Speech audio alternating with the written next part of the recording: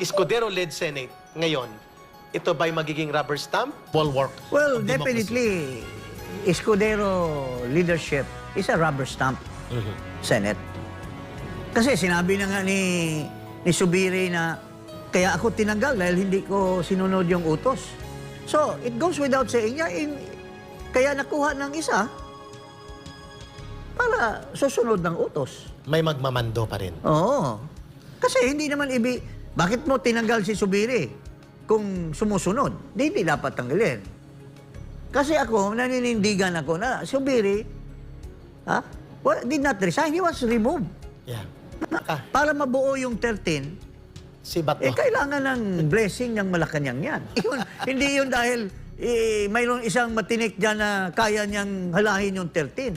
May kasabihan nga na every senator is his own kingdom eh. Yeah.